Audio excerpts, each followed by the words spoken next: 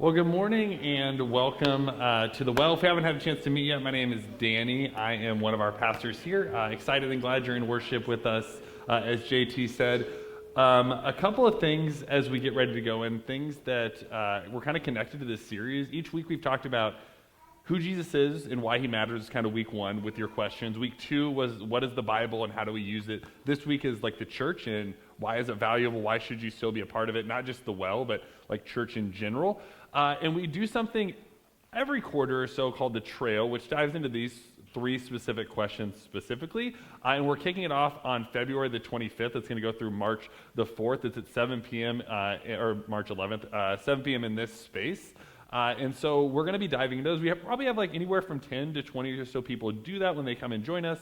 Our students, our 6th through 12th graders are welcome to join us. It counts as confirmation for them. So any of that haven't done it are welcome to come and join us for that. But it's a great conversation that kind of takes what we're doing and modeling in this series and then puts it into kind of real time outside of Sunday. I know that it can be a little intimidating to like have real-time conversation in church, whether you're new or you're regular, and so we try to break this out in there, and that's really the reason we did this series.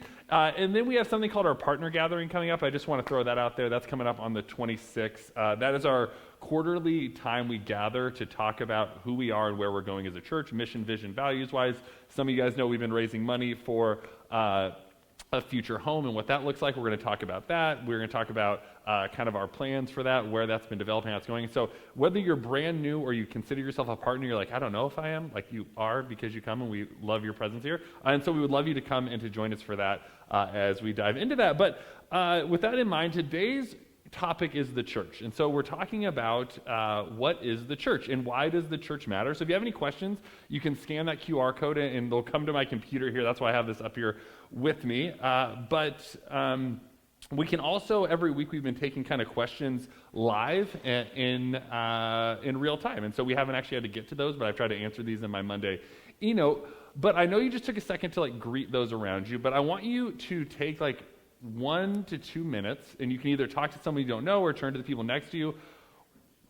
If you were going to put a definition to the word church, how would you define it? Like, what is church? Is it the building, the people, an institution, an organization? Like, what is it? So take a second, talk to those around you, and describe what the church is, and we'll come back together in just a second.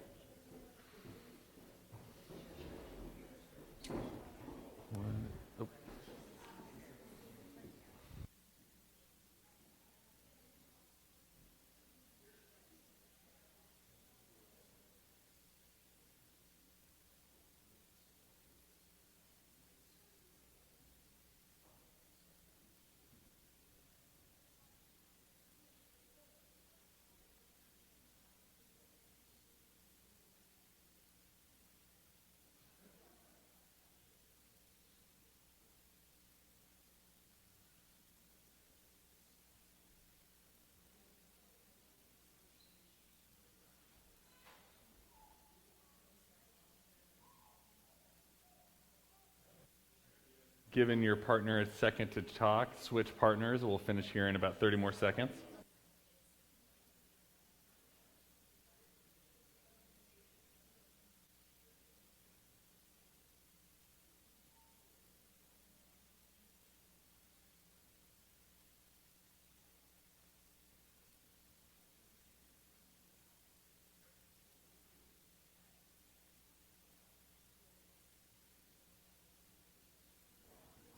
All right, let's come back together. So I would be interested for like anyone brave enough to share, like what was your collective definition? Yeah, can I?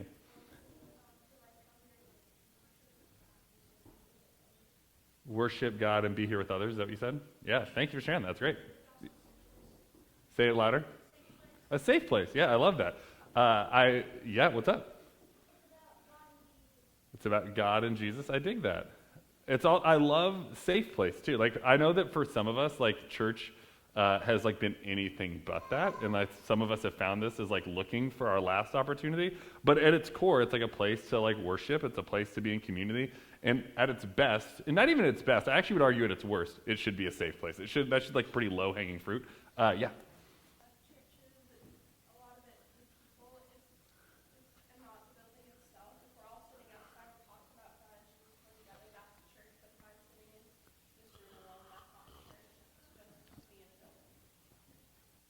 Yeah, so like the people make the church. There was a season during our church's life, like we've met in several different places. We met in a brewery, we met in an event space, we met in a co-working space for one Sunday, and then we met here. But there was a season where we had no home, and we met in people's homes. Like that was just as much the church. And some of people's homes were like 3 people, some were 40 people, some were 20 people, and like all of us, I think, collectively. So I think that's like 100% true. Like the church is oftentimes reduced to like a building.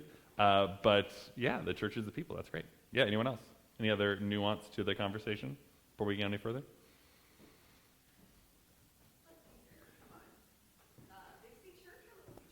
Yeah, whatever one you want to talk about. Yeah.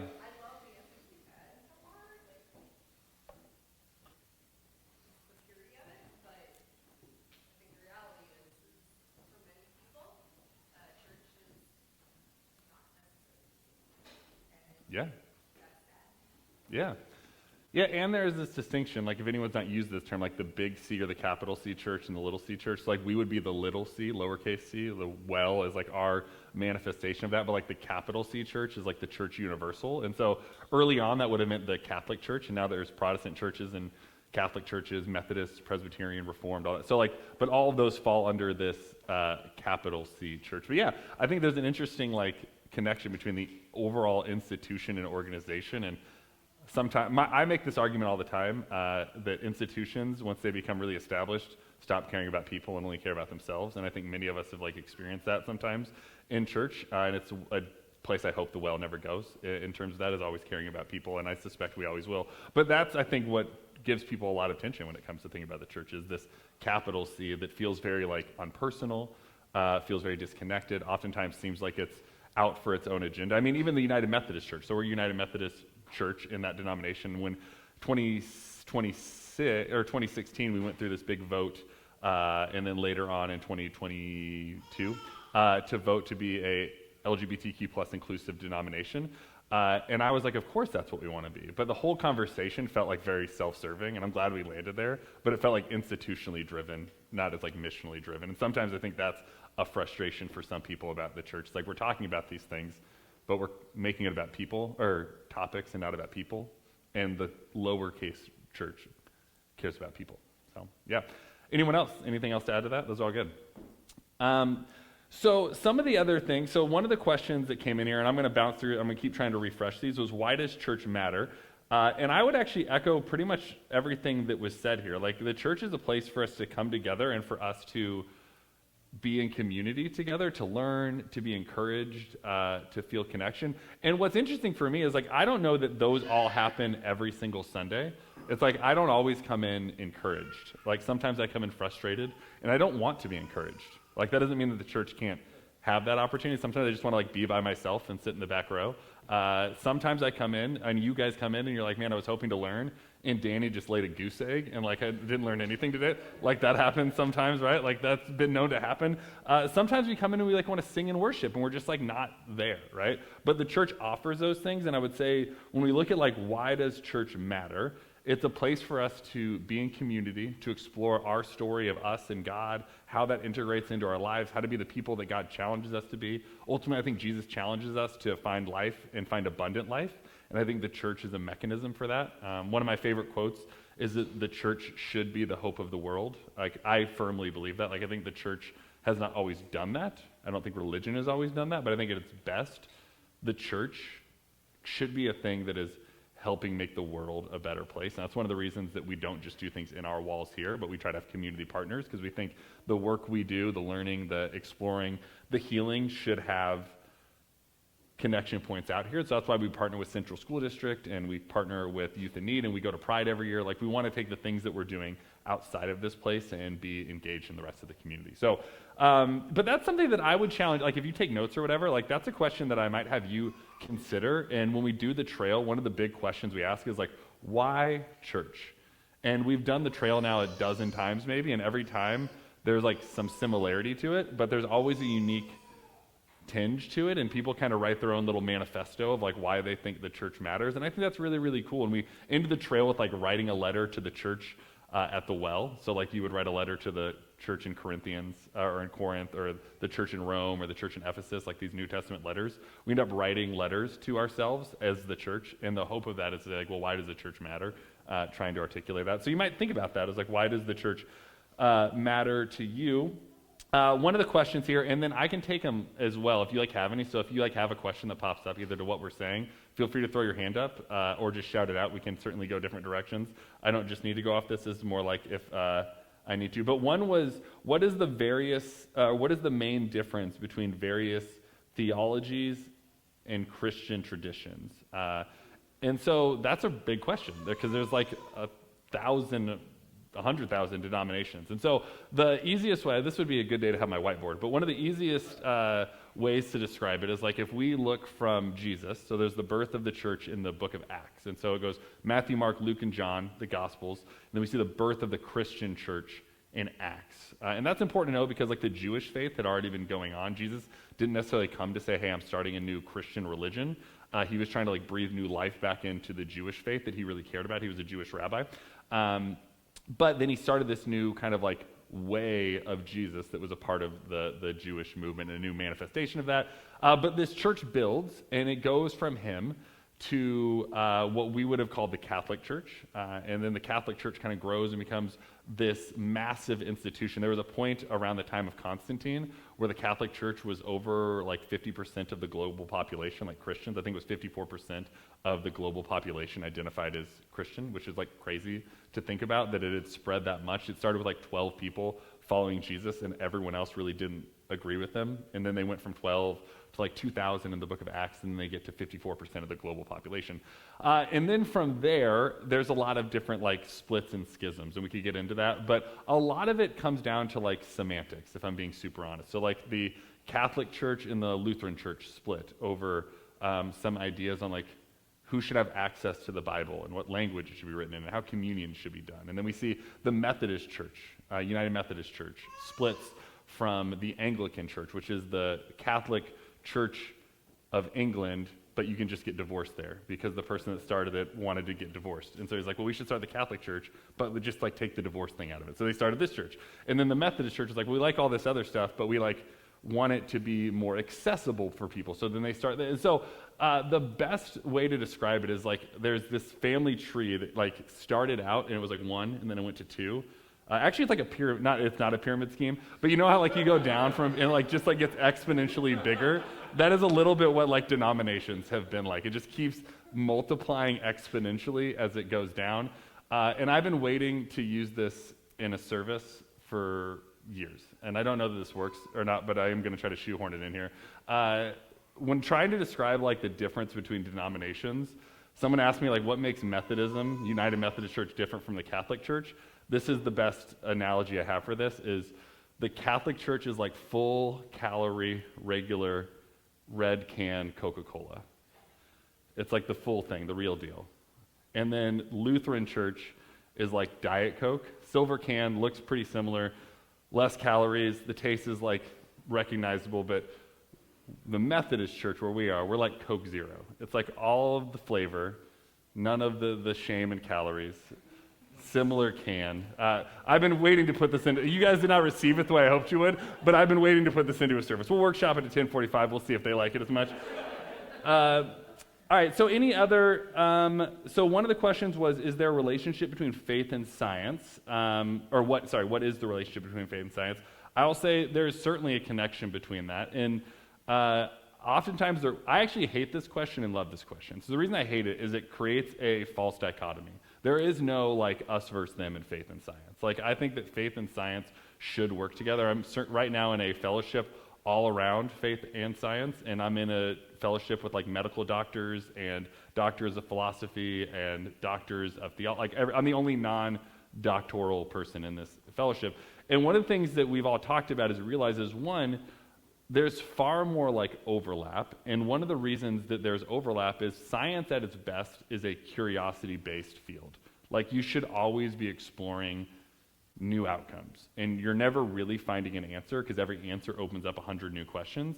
And at its best, I think that's what faith should look like. It's something that we're exploring with curiosity, and it opens up more questions. So as we land on one question, it opens up others. And when we look at these things together, we often put them at odds. Well, can I believe in this and still be a Christian? Like evolution and still be a Christian? Or can I believe in this scientific thing and still be a Christian? And I would say the answer almost always is yes. And the reason is, I think as we get more scientific discoveries, that does not work to discount who God is. It works to show us the complexity and the creativity and the wonder of God rather than diminishing that. But if that's a really interesting topic to you, again, JD, the guy that is coming, JD Stillwater, he is in this Faith and Science Fellowship with me, so he's one of the fellows in this, and he is coming. He's done his entire doctoral work on this connection between faith and science. And what I love is he's not a Christian, so he's going to give it from a overarching view of the role of faith and science. But he really finds value in faith, though he doesn't practice it for himself, and he finds value in science because he's a scientist. So I think it'll be a really interesting conversation that I hope you guys will join us for.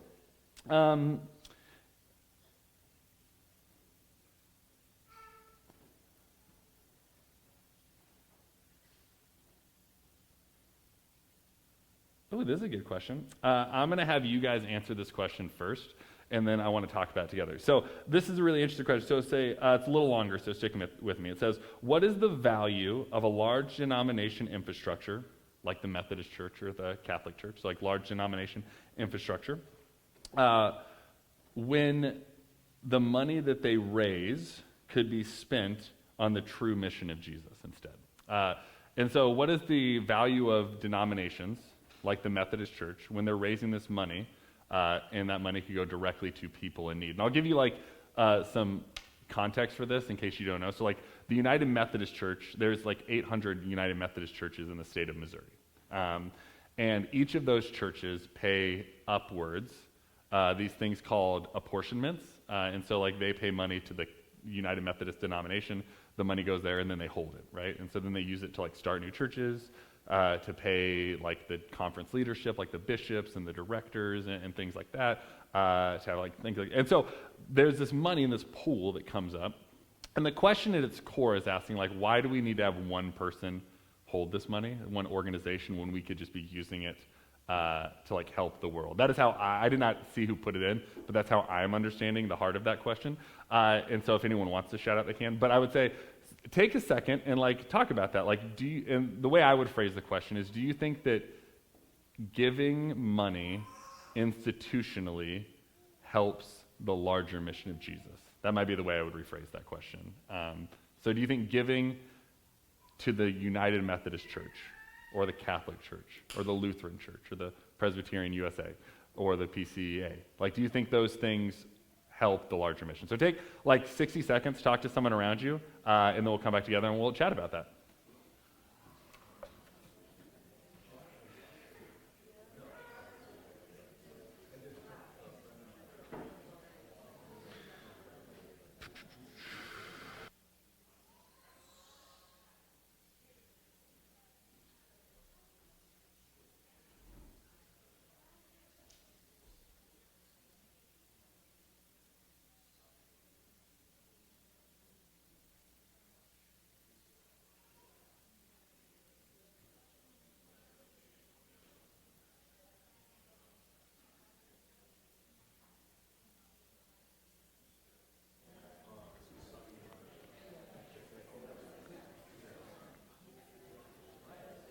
All right, if you haven't swapped with your partner yet, give them 30 seconds.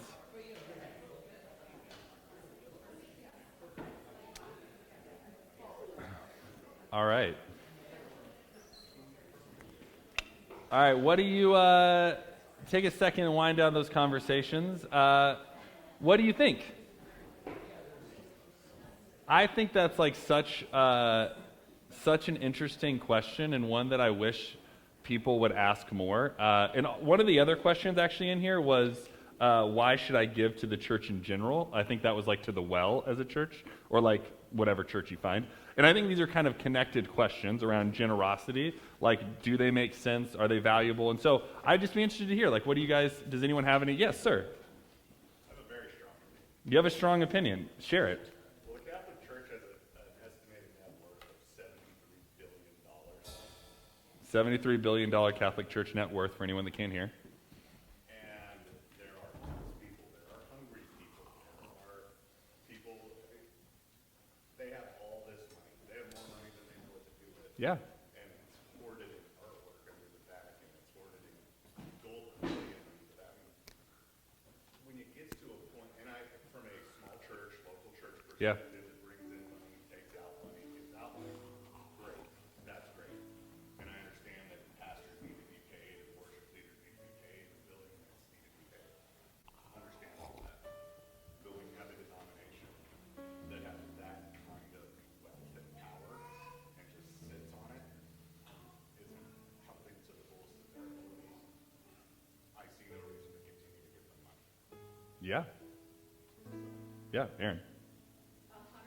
But I feel like there's got to be balance because I don't think we'd be sitting here if there wasn't help from the United Methodist Church starting. Sure, yeah. So now the United Methodist Church doesn't have the net wealth that the Catholic Church has, but I think there's got to be some balance there. And I just Yeah. don't know what that is. Yeah, I don't hear either of you saying like either or, but it's like a both and with wisdom. Yeah. Yeah.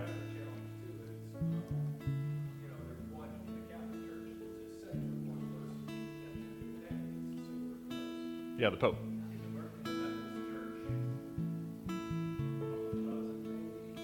Yeah, there's, we'll say a dozen bishops. Yeah.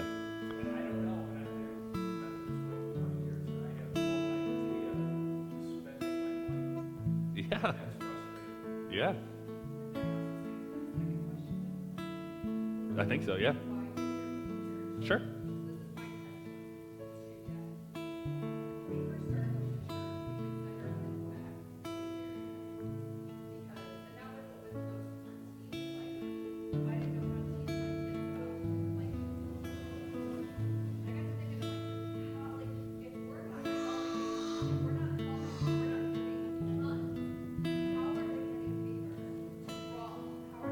Sure, yeah.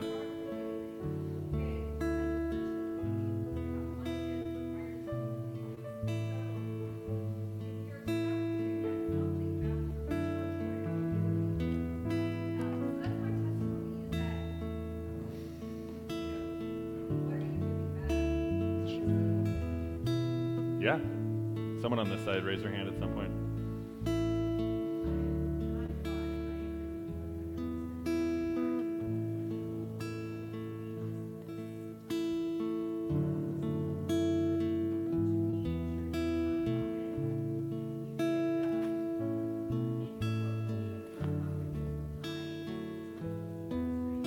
Yeah.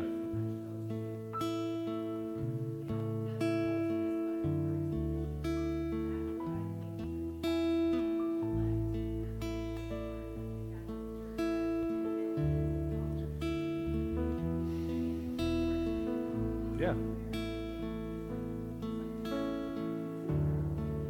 Yeah. Yeah. I appreciate all of you guys sharing those answers. I'll give you my thought on those things in general. I would say first and foremost, back to what I said, when institutions become institutionalized, they care about institutions. And that's why you can have billions of dollars of artwork sitting somewhere that's not going to like push back systemic racism and push back the ways that people are fighting injustice, whether it's through homelessness or whatever. And so like it is a travesty knowing that the issue is not means. Like we have the means, like whether it's, and you can pick your denomination, like almost any denomination has the means to make a really tangible impact. And I would also argue like a lot of churches do, even ones as small and new as ours. And so I think that's the challenge is like how do you always reorient yourselves to look outwards? That's one of the reasons that like and this isn't to pat ourselves in the back, but it is a little bit to say like, that's one of the reasons that like we try to share our whole like finances and budget with you, like, cause it's not a secret. Like if you guys say like we're using the money that is your guys' donations and it's not making a tangible impact on the world, it's not the hope of the world, then it's like we need to change that. We need to adjust that. Like this is our attempt as a small community to do something that is actually making the world a tangibly better place. And I think what Aaron said was true as well. It's like as we give, I think giving in a way that's trying to make the tangible lived experience of those inside our walls and outside our walls more hopeful and more joyous and more connected and abundant. And I think that's where I would equally, with this side and everyone, push back on the denominational stuff. Like, it became about, there's that parable of like hoarding stuff, and he's like, well, why are you like leaving? It's all gonna rot and it's all going to go away. And like denominations have been like, well, let's try it though. Maybe it won't happen that way. And it does. It just disappears. And it's like, we're not, hypocrisy goes all the way up to the top in many ways. And I think that's the challenge, is to not call that out and then miss it in ourselves, because we could easily become the problem we're trying to fix. And so how do you figure out a way to do it differently? And I think it starts with having these conversations. One of the reasons like we're doing this, like I've not been in a church that's had open conversations about not giving to the church before, and I appreciate you guys being a part of that. I think it's what we should do. Like, we should talk about the things that are hard. So I appreciate you guys joining us with this. As JT said, we're starting a more traditional sermon series next week for the kickoff of Lent, called the Deconstruction Zone. More sermon, less conversation. We'll still have that in there. But I really appreciate you guys taking 3 weeks to do this with us. Like, this has been the weirdest 3 weeks to plan, because I've not had to write anything. It's just like seeing whatever you guys want to talk about, and that's been kind of fun. But I'm excited to get back into the normal flow of things with that.